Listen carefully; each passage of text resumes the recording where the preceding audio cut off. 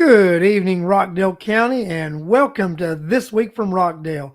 And as usual, I am your host, Larry Cox, and it's great to have each and every one of you watching the show tonight. Now, like we always do, let's build this audience. Let's share, like the show, so that we can build this audience because we got a very special guest here tonight, and I want to make sure this guest has as many people watching live tonight, and then you guys know we always get really good viewership after the fact, right? But let's get this audience built so that we can have a good show tonight. I'm going to say hello to some people in the chat tonight. Let me say hello to these folks first, and then we'll bring on our guest. So I would like to say hello to Miss Marie Withers. Hello to Bill Campbell. Hello, Judy Bond. Hello, Lisa Lancaster. Nice to have you here. Doug Witham, is great to have Doug with us all the time. Ben and Cheryl Garcia, welcome to the show. Board member Justin Kinney, always great to have Justin on the show. Jill Oden, great friend of the show. Angela Asperino, great friend of the show. We have Stacy Geddes here. We have Danielle Munoz. Danielle interviewed me last week, and Danielle, as we know, is an educator, and I look for Danielle to throw some questions in here tonight. Also, Charlotte Gellert, welcome to the show. And now, without further ado, Corliss Turner's joined. Hello, Corliss. Let's bring on tonight's guest, Miss Tene Davis. Hello, Tene. How are you doing tonight? Good evening, everyone. How are you all? Happy to be here. We're great to have you, and the audience is building. So we're going to have a nice little audience tonight that's going to be here to see you here answer some questions and tell about your candidacy for the Board of Education. So first of all, why don't we let you introduce yourself and tell everybody a little bit about you? Good evening, everyone. Like I said, my name is Tene Davis. I am a native Georgian. I was born in Decatur, Georgia, moved to Athens with my family, myself, my older sister, and my parents when I was 9. Grew up in Athens, loved it. Then went off to college. I went to Howard University. I majored, well, I initially got there, and I was going to be a biology major because my mother was a physician. She told me to be a doctor, so I'm a very obedient child. So my major was biology, but my heart was always education. So after 2 years, I decided to change my major, entered into the 5-year elementary education program, and got my master's in elementary education, curriculum, and instruction. Um, After that, I came back to Georgia. I came to Decatur, taught in the Atlanta Public School System for 4 years as a fifth grade teacher. Loved it. Taught at Cascade Elementary and at Deerwood Academy. After that, I went back to school to get my PhD in educational policy studies. That was always, I always knew I wanted to get into policy. Even when I was at Howard, I knew that policy was the thing that was going to allow me to make the kind of impact I wanted to make on education. So after teaching for 4 years, spent 5 years getting my PhD. I worked as a graduate research assistant at Georgia State with the early college program. After I graduated, they asked me to stay and direct the early college program. And so I became the first director of the early college program at Georgia State. Stayed there for 10 years. Then during this time, I got married to my husband, Jarvis Davis. We had our first daughter, Kinley Davis, who is now 8. In December of 2019, we moved to Athens because as we were expanding our family, we wanted just a different environment for our family. Love DeKalb County, still love it, but we just wanted just a little different environment. And we looked in Conyers, and it reminded me so much of Athens. Its quaintness, smallness, its community, family-oriented feeling. And so we landed here. We live in the Deer Forest community. We love it. We moved here in December 2019. I was pregnant with my now 4-year-old. And we've been here ever since. I took a sabbatical. I stopped working at Georgia State. I had 2 little ones, and I just needed some time. So I stopped working at Georgia State in 22. So I worked at Georgia State for 10 years. And during that year, I served as Lorraine Elementary School's PTO president. And when I tell you, Larry, I loved it. But for some reason, I thought I was going to spend at least one day sleeping in. No. Didn't Being happen. the PTO president of Lorraine Elementary School is no joke. I take my hat off to all the previous PTO presidents because they set the standard. They set the bar. But I loved it. I love planning. I really didn't like fundraising, but I learned to like it because they expect to raise funds. So I did all that, met some great people at Lorraine, great people in the community, was able to extend my reach there. My 4-year-old joined the swim team here at the Deer Run, Deer Forest community. So again, been able to meet more great people. And now I decided to go back to work. So now I work for a nonprofit. It's called the National Benevolent Association. My first foray into not the nonprofit world.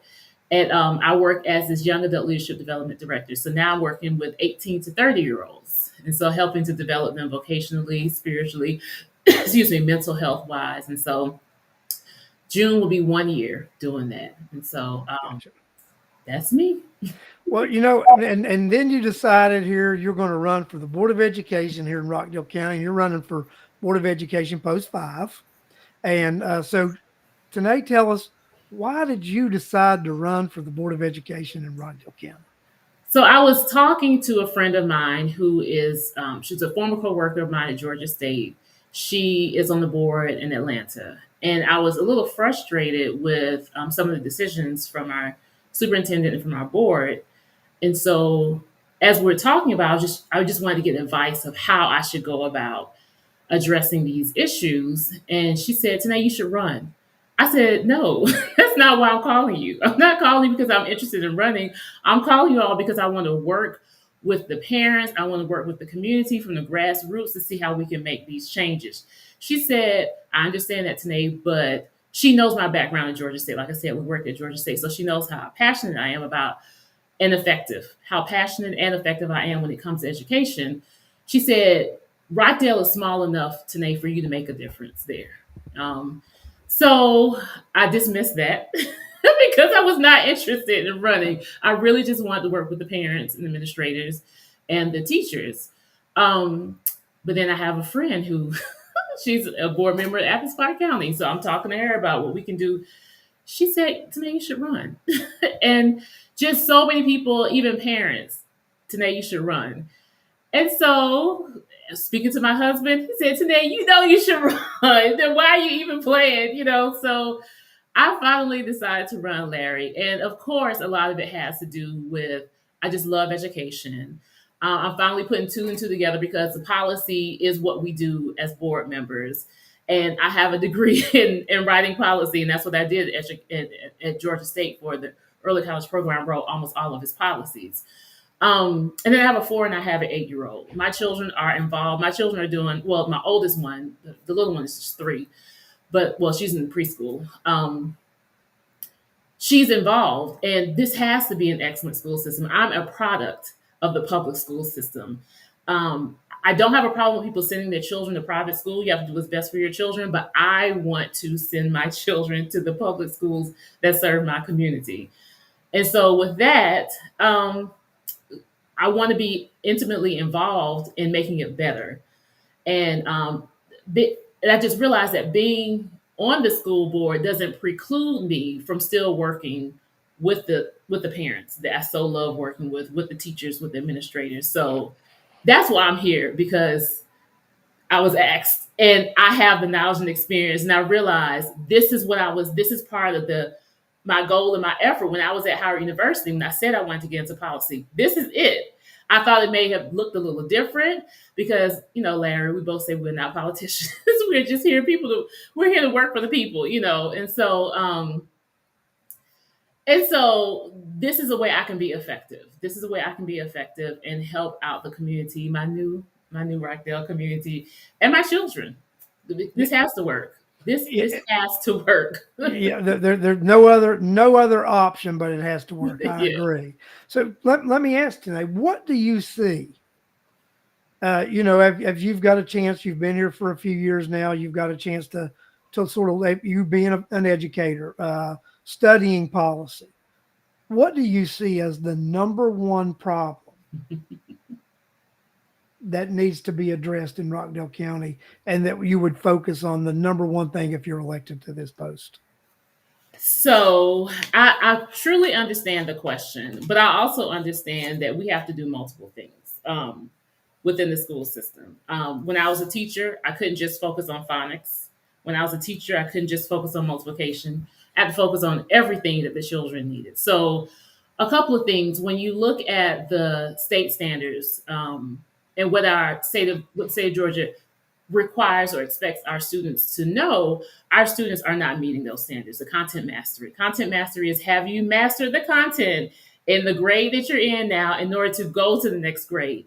Have you mastered the content in high school so that you can be successful post secondary? And according to the test scores, we have not done that. Five out of our 11 elementary schools are at 50% or higher. 50%. Less than half of our elementary schools at our 50%. When I say 50%, I mean only half of the kids are mastering what they need to master. So if we are an educational institution, and our kids are not being educated properly, that's an issue.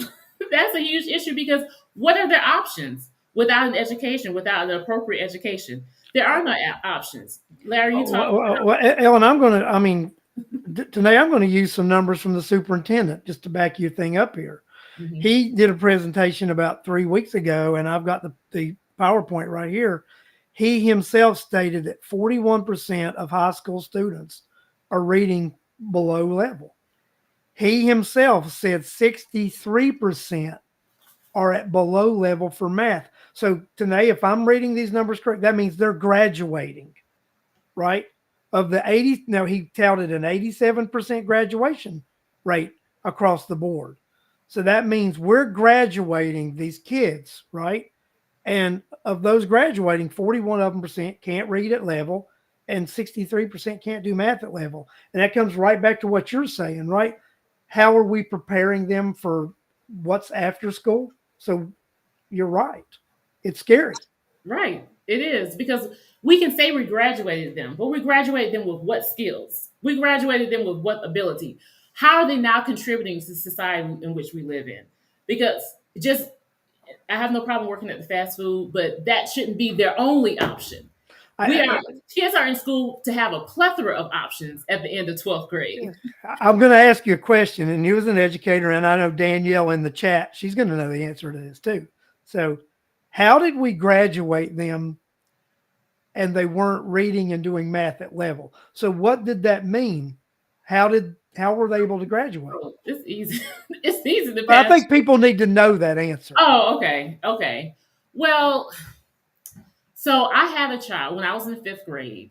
My last year teaching, when I was teaching fifth grade, my last year teaching, my principal came to me and said, "Tene, I'm giving you all the EIP children. Those are the early intervention prevention children. These are the kids who had not passed the fourth grade standardized test, but they were being moved on to fifth grade, even though they had not mastered the content for fourth grade. They were being moved on to fifth grade, and so they came to me."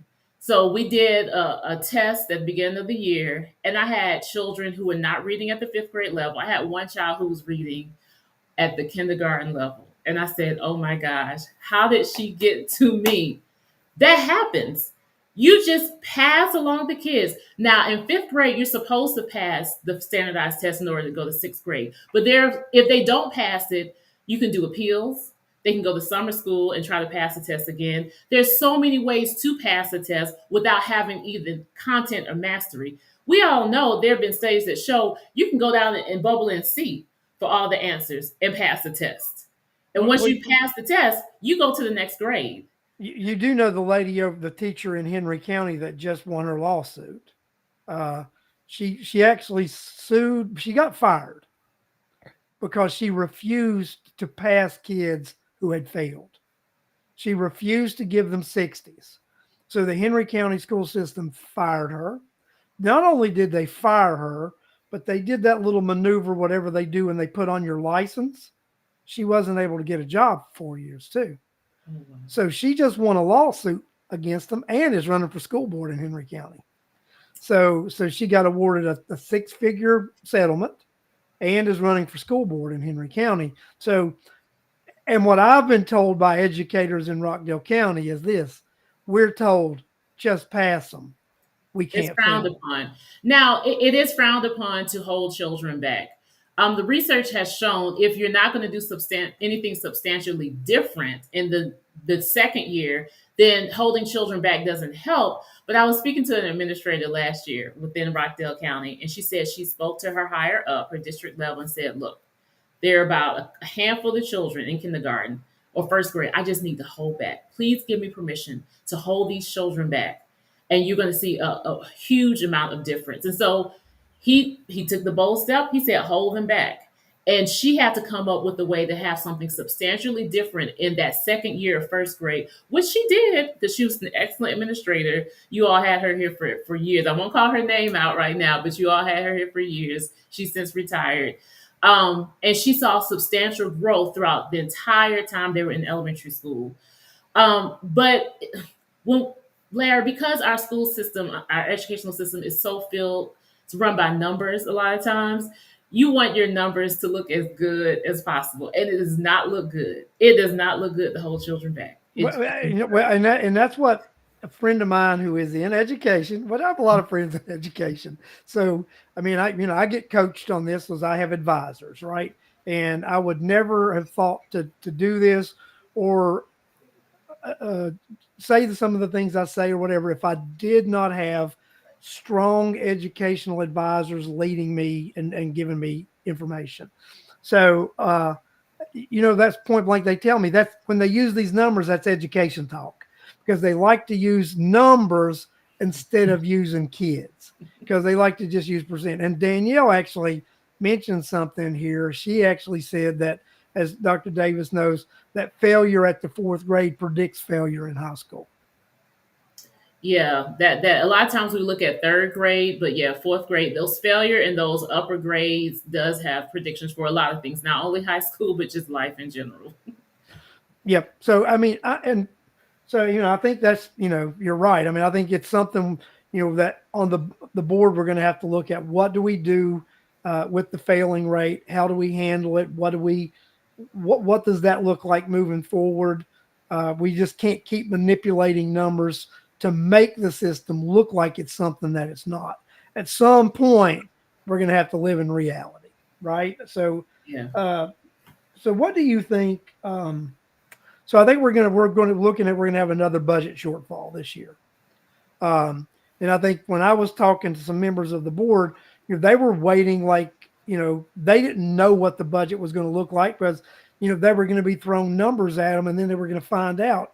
And I believe, do you believe the board should be more involved up front with developing this budget or at least have knowledge of what's going on rather than just all of a sudden know, well, this is the budget and this is the shortfall. Do you think that the board should be a little more involved with the budget process? So we all know the cliche knowledge is power. So of course the board is the bank. The board is the bank. The board has to pass budgets. So if the budget has to be passed on June 30th, the board shouldn't have the numbers in April. So I sit on the local school council. I've sat on the local school council in APS at Carver Early College High School, one of the top performing high schools since for years. And I literally had a line by line budget in February of that high school.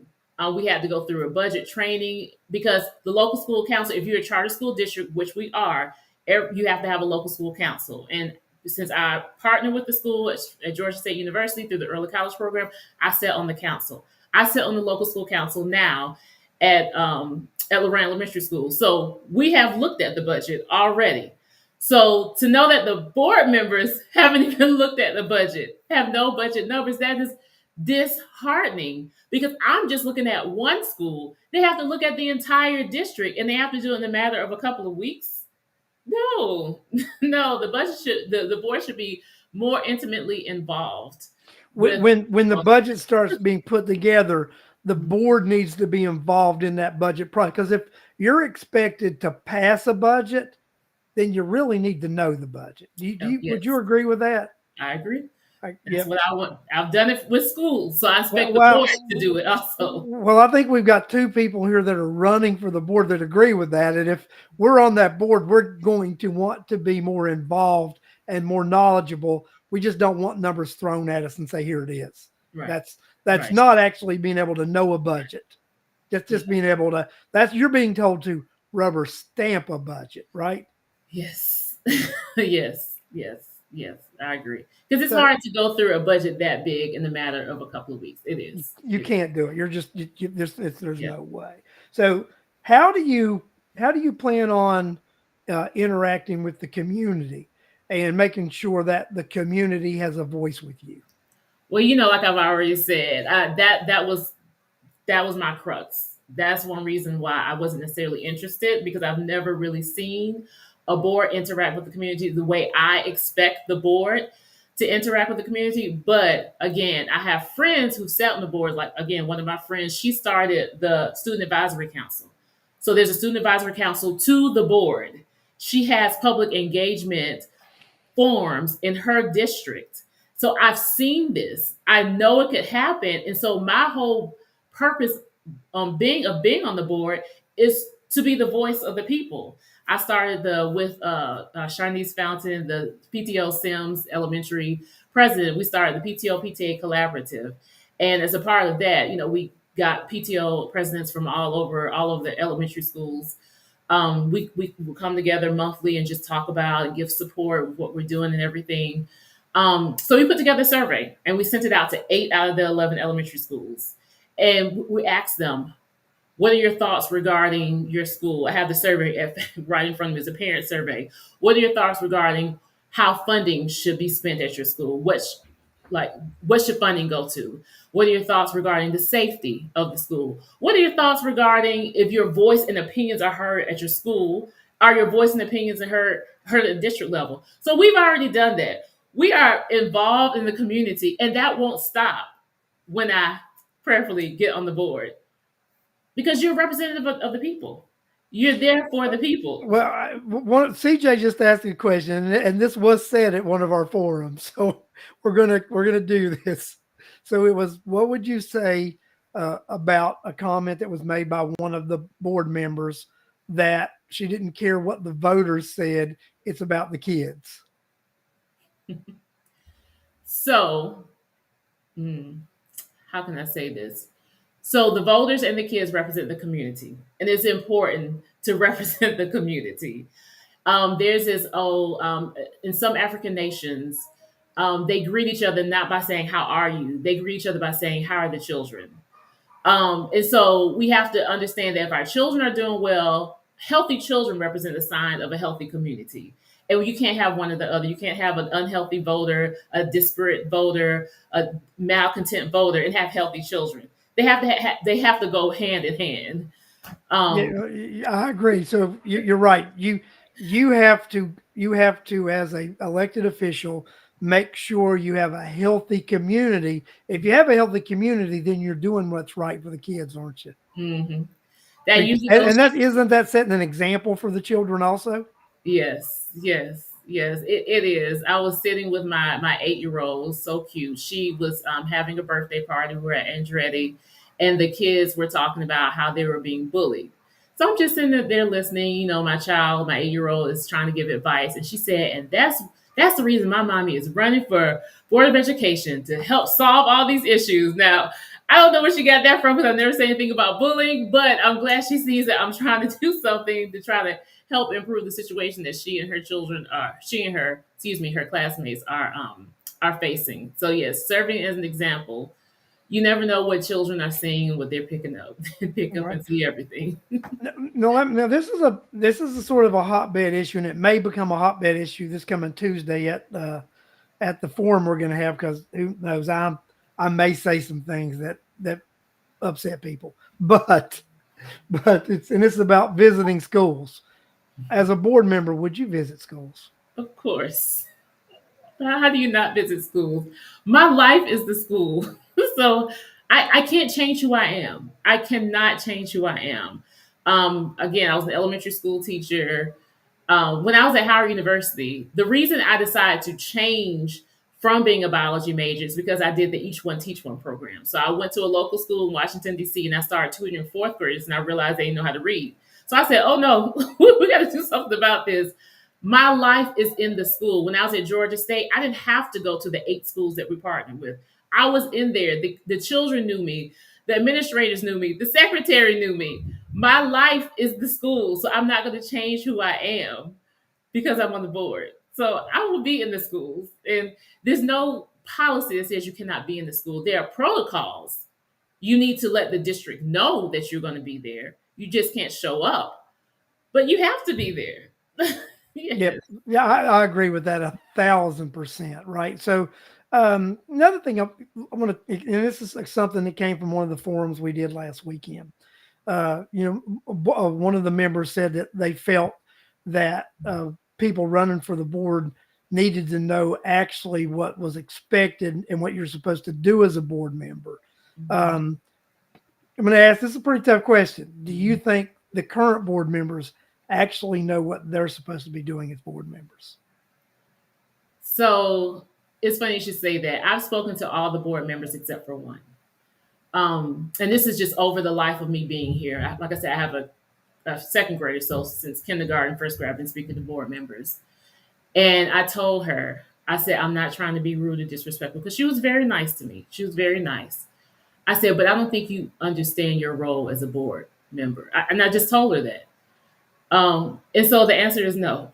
I don't think they understand the governance mandate they have on them, the Uh, budget financial mandate they have on them, and the policy writing policy mandate that they have on them. and I'm going to do a little follow up on this. Do you think some of this may be because they are misled by someone or something? So I'm going to say that an adult should think for him or herself. I'm going to say it doesn't matter what someone tells you. You and I were just having a conversation. You gave me information that I wasn't quite sure of. So what did I say? I'm going to look it up and read the policy. Hmm. If you're going to be in that position, if you're going to hold that seat, then you are responsible for knowing what you're responsible for. So yes, there may be someone who tells you something, but you're responsible to go and research it yourself. You're supposed to know, right? Yes. You are supposed to know. If someone tells you something is against state law, do you know the first thing I ask when somebody tells me that the Georgia has a law against that? You know what I say? Uh-huh. Show me the code. I love What's it. the I Georgia love code? it. I love What's the it. Georgia code that says that's against the law? I love Most of the time, when somebody tells you something's against the law, they can't provide you a code because it's something somebody has just told them. I love And yes. when people talk about, well, that's a rule, that's a whatever, they can never find the rule, they Mm, can never sign the procedure mm, because it doesn't exist. mm, Um, just like the not visiting schools. I look for a Georgia code. There is no Georgia code mm-mm. because there is no rule, no law. Nope. I have researched. I've asked actually former school board members. Mm-hmm. There was no policy while they were board members, and one of them was a board member a couple of years ago. There Mm-hmm. was no policy regarding visiting schools as of 2 years. It was just a courtesy that you let the superintendent know. Right. Right. Right. So, but this thing about it, and I'll tell you, as a board member, you are not supposed to interfere with the daily operation. And if you do that as a board member, you're wrong. That's not your job. Mm-hmm. You are not the superintendent. You are not to give direction. You are no teacher's boss. You are no parapros boss. You're no custodian's boss. You are no bus driver's boss. You are not anybody's boss in that school system but one person, the Right. superintendent. Right. And I don't think our board of education members know that. But you're not their boss as an individual either. You're their boss as a The collective. collective. Yeah. You have to have As a consistency. collective, Hmm. you are their boss. Yeah. One final question. I'm gonna let you go because it was asked 3 or 4 times here in the chat. Okay. Do you think the school superintendent of Rockdale County should live in Rockdale County? Yes. Yes. If you're going to be, the school system is a bedrock of a community. So if you're going to lead the bedrock of the community, you should live in that community. Definitely. I agree. Well, I'm going to tell you why today's going to go a little short tonight. Today's going short tonight because she's at home alone with 2 kids watching a video right now to give Mhm. her the opportunity to do this show. And we both decided she had tops 30 minutes to be on here before the kids got restless and we had 2 additional guests on the show. So Thank So we're you. going to go ahead and let you do a closing comment tonight. Why don't you cap us out? Let us know why we should vote for you and everything, and then I'll do a few minutes after you're gone. Talk to some people about some stuff and close out the show for tonight. But why don't you go ahead and close out your segment and let everybody know why they should vote for you for post 5. Thank you. Thank you, everyone, for joining in all the questions. I see the questions strolling by, and I know we don't have enough time to go through, but I hope at some point you'll catch us on the forum. We're going to be on the forum later on this Tuesday, so hopefully we'll be able to answer some of these questions on the forum. But you can also always reach out to me. You go to my website, votetenedavis.com. If you want to leave me an email, leave me a message. I certainly have no problem responding to these questions.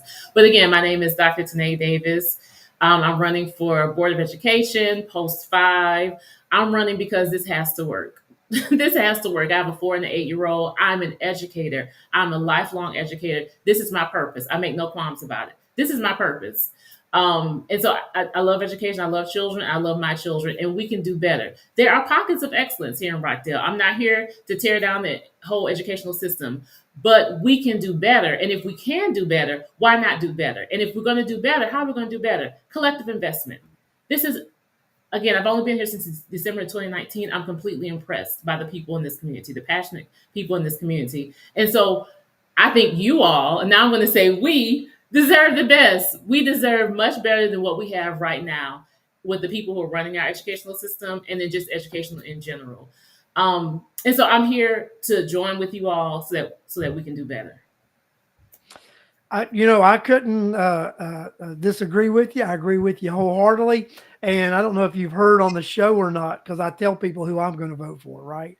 So I told the people on the show, I intend to vote for Tene Davis for post 5. Thank you. And anybody that I have any influence with, I suggest you to please follow my suit and vote for Tene Davis for post 5, because I'm going to need a good partner in crime when I'm elected post 1. So that's what I've got to say about that. Thanks for coming on the show tonight, Tene. And I will see you. Don't we have a homeowners thing tomorrow night, McCart McCart Landing? Landing. Yep. Yep. I'll be there So I'll see you tomorrow at McCart Landing. And then again, I'll see you Tuesday at the Tuesday. RCA. Yep. I'll be there. And people who are asking for yard signs, if you just go to my website, there's a way to put in your address, and I'll get you a yard sign. And thank you for being willing to put the yard sign. I really appreciate that. So it's vote Tene Davis. Vote Tene Davis. Yes. Okay, Thank thanks. you. If everybody just hangs on, I'm still going to be on for a little while. And we thank Tene for coming on. And like I said, get those yard signs and let's vote Tene. Thanks, Tene. Thank you, Talk to you Larry. later. All right. Bye-bye. Thank you, everybody. She was a great guest tonight. I love her enthusiasm, love her energy, and she's going to be a great member on the Board of Education. Like I told you, I intend to support and vote for Tene because her and I have talked, and we have just so much in common. We see eye to eye on so much, and she would be a great partner on the board for myself and Justin and Janie and Sandra Jackson Lett to work with, Janie Jones and Sandra Jackson Lett to work with. So, guys, I'm going to tell you some of the things you guys have asked in here. I wouldn't mind answering. So, one of the things on here, someone asked, do we think that the superintendent has too much power? Well, the answer is no. I do not think the superintendent has too much power.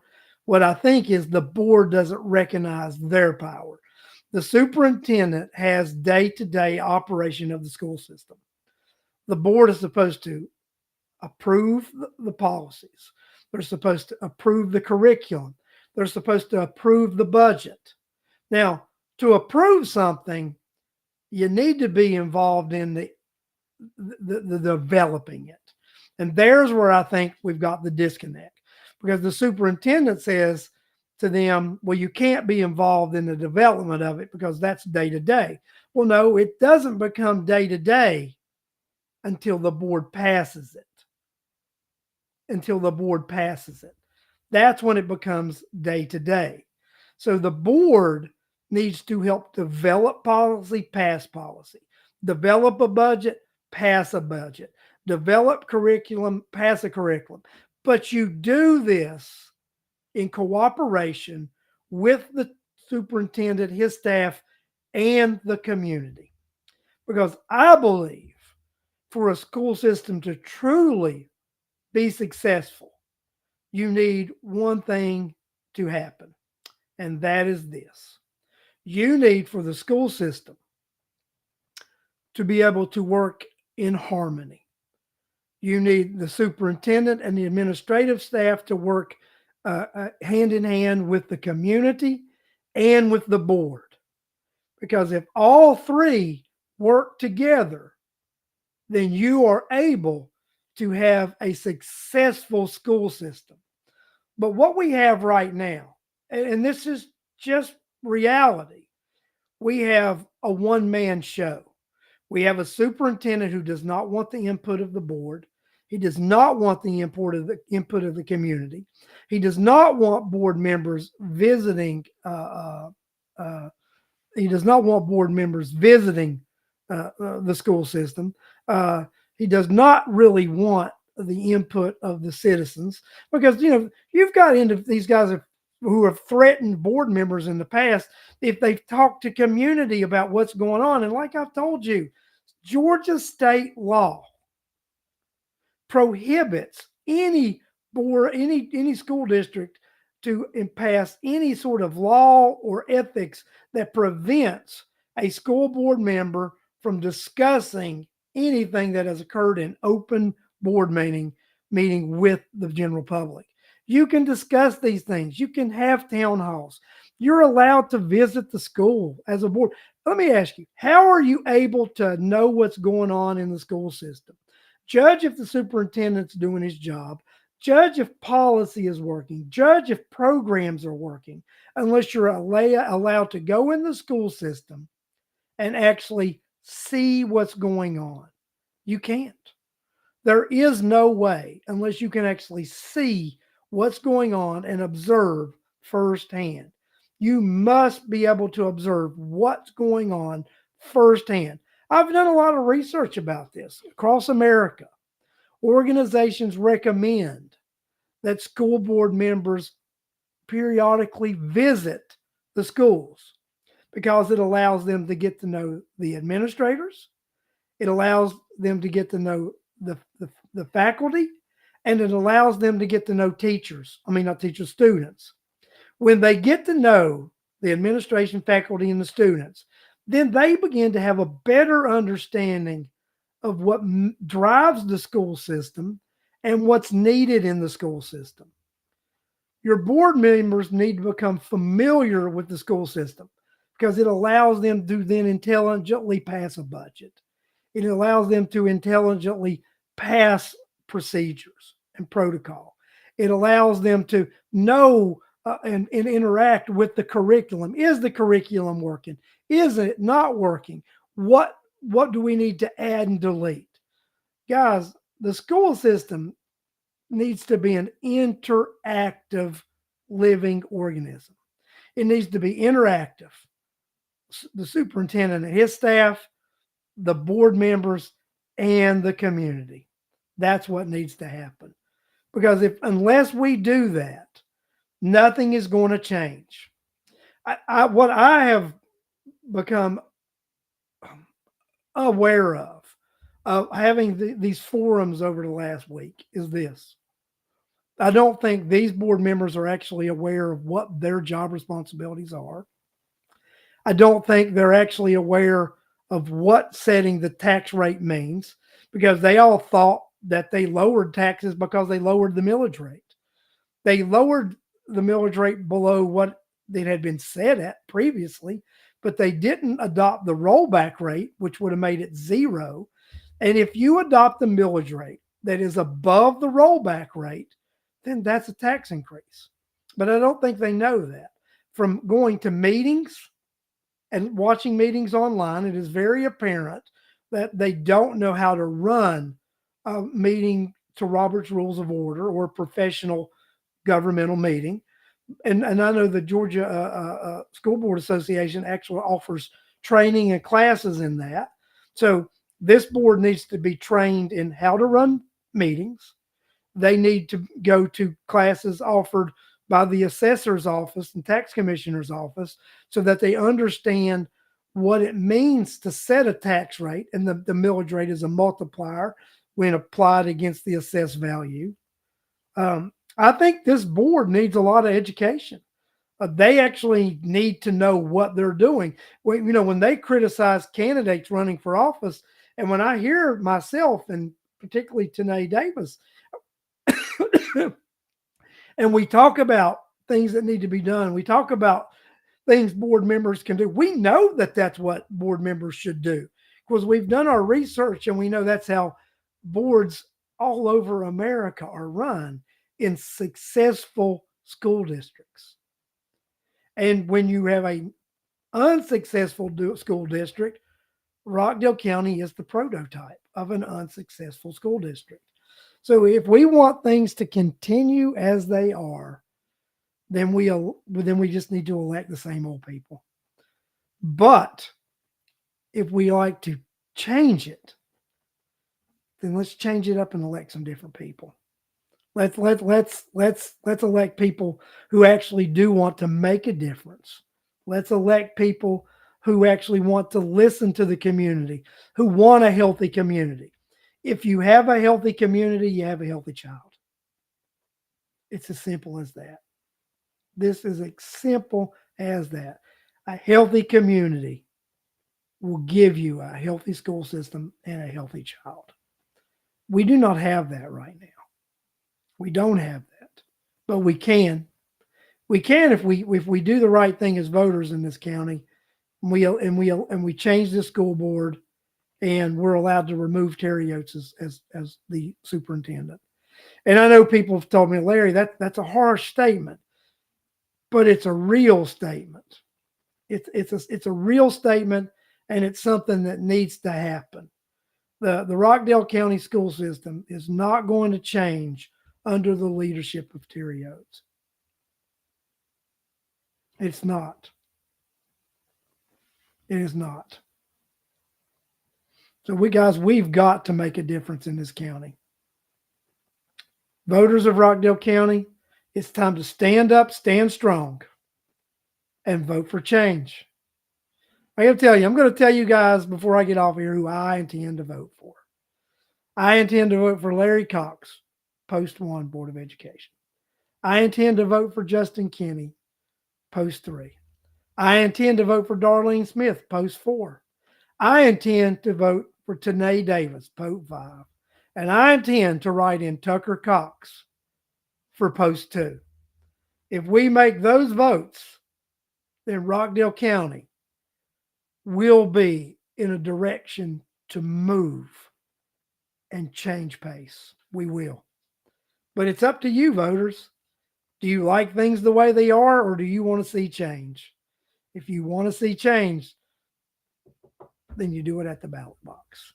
Guys, I've kept you guys on here long enough tonight, and I enjoyed interviewing today, and I enjoy you, the audience, and I enjoy coming on here and sharing my thoughts and my visions. CJ Lester, Tucker Cox, Post 2, sign on, LOL. Hey, Tucker Cox will be a great Post 2 BOE member. Write him in. He's told me he wants to post. I believe in him. You can believe in him too. So, guys, hey, I'm going to get off here tonight. I love each and every one of you. I love this community. I can't wait to be your next Board of Education Post 1 member so we can change the direction of this school system and we can make Rockdale County, again, one of the best school systems in the state of Georgia. Thank you and good night. And I'm going to see you guys next week. And we're going to have Arlen Gibson on next week, Post 1 Board of Commission candidate. So I look forward to that, having Arlen Gibson on as the Post 1 Board of Education candidate. And we may have a midweek show next week, waiting to hear back from Justin Kinney, seeing if he wants to come on midweek next week, do a special edition. We'll find out about that. And if we do, I'll put stuff on Facebook and let you know. But thanks, guys. See you next, maybe midweek, but definitely next Sunday. Thanks and good night.